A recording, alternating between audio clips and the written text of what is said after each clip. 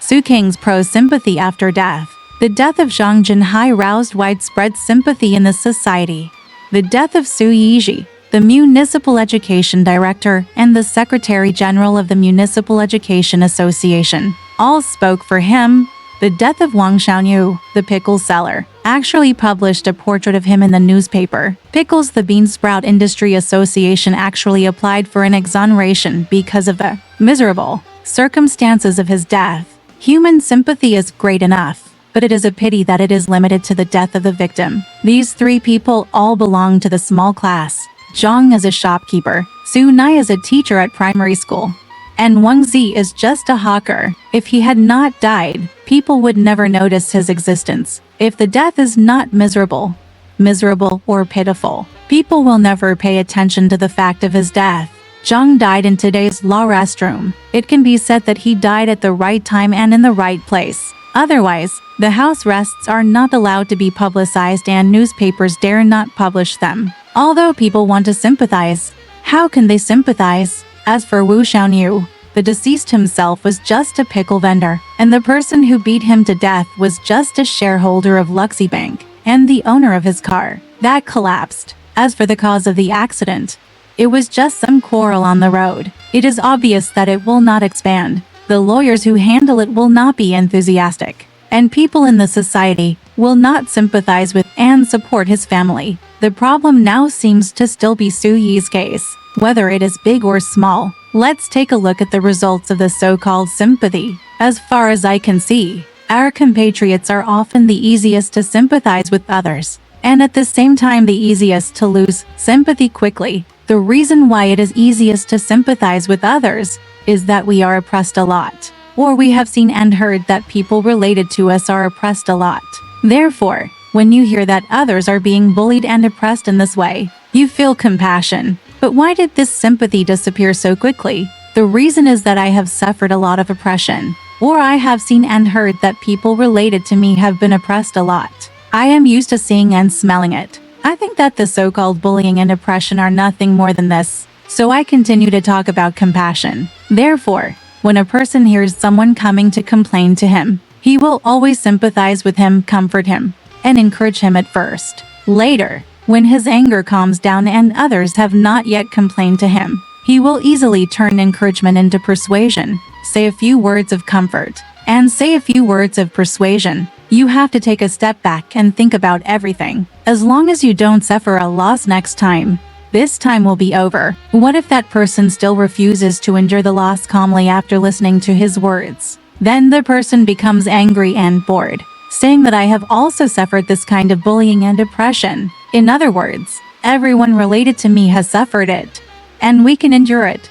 So why can't you? At that time, there was no comfort, encouragement, or persuasion. On the contrary, I started to sympathize with the oppressor and bully. I felt that the oppressed and bullied person was indeed a little too much, and that he deserved to be bullied and oppressed.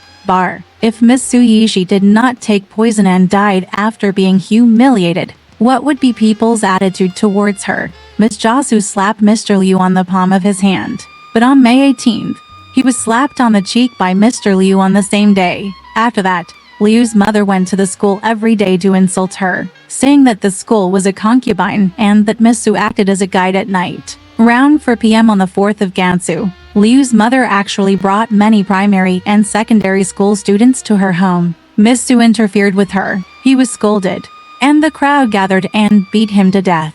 Fortunately, the male teacher came to the rescue. That night, Principal Yu came back and her colleagues complained. Yu was also afraid of the situation and shook his head, saying that he could not find a suitable solution. So Miss Su swallowed a large amount of poison and died early in the morning on the 5th day of Gansu. In this short piece of news, if the records are correct, I believe that the first person to be held responsible is Mr. Yu Jiaxiang, the principal of Sacred Heart Primary School. Liu Sheng was only 12 years old. He cried to his mother after being slapped on the palm of his hand. This was Chen Kang. Liu's mother listened to her son's words and took her son to the school to investigate the crime. Without asking the reason, she slapped Miss Su on the cheek several times. This was unusually fierce and aggressive, but it was strange that no one in the entire Sacred Heart Primary School came forward to help negotiate with Miss Su. or sued her husband Liu Rensheng, or directly reported the arrest to the shrew, so that the shrew would be punished once. After that, the woman continued to scold her every day for a week, and even took many primary school students away. Only one Ms. Su intervened and asked to be released. This made me even more confused. Are all the female teachers in this school afraid of slapping Liu's mother, and all the male teachers are afraid of calling her a prostitute or a turtle? When Gan took away the primary school students on the afternoon of the 4th, if Miss Su was afraid to come out because of her previous experience of being slapped on the cheek, I wonder what the school would do with these primary school students. Are you going to let him go? Or should we force Miss Su to risk being beaten alone and be responsible for recovering her? Liu Rensheng is just a clerk in Baojia office. Well, the principal Yu Jiaxiang shook his head and said that he could not find a suitable solution. Is he really afraid of small forces? Or are you deliberately trying to shirk that you are blaming Miss Su for being troublesome? It's unbelievable that a dignified principal of a primary and secondary school would be so afraid. When he met the wife of a clerk from the Baojia office, if the interview slaps you, the principal, yourself, is it also an attempt to save trouble? In my opinion, I am afraid that Miss Su is still a primary school teacher who only earns 50 yuan a month. Whether she is humiliated or not is irrelevant. Who told you to call the wrong young master Liu Wensheng from the Baojia office? As for the question of whether Ms. Su should slap the palms of primary school students, I am not a fan of education. I don't know whether it should be a punishment according to the orders of the Ministry of Education, whether it should be a punishment according to the school rules, or whether it should be a punishment according to educational theory. I only know that if Ms. Su makes a mistake, Mother Liu can negotiate with the school, and there is no way to slap her on the forehead several times and scold her as a guide. If she hits well, she should not be humiliated for no reason. And the two principals also feeling ignored. It seems that Ms. Su died not on the night of being slapped on the cheek on the 18th, but on the night of Gan 4th when the principal shook his head and said that there was no proper way. It can be seen that her soul still hated the latter most. Despite being under the influence of Juquan, if Miss Su had not died, and Mrs. Liu Wenwen would come back to scold her every day, I believe that other teachers would secretly laugh at her for not knowing current affairs and knowing how to protect herself, and the principal would even hate her for causing trouble for no reason, causing the school to be unable to peace. As for the other primary school students who have been scolded, or who cannot score in regular script practice, they will naturally clap their hands and laugh. Teacher Su, you have met your enemy this time. From now on, we will ask your mother to slap you. Do you still dare to collect books from us? Ugh.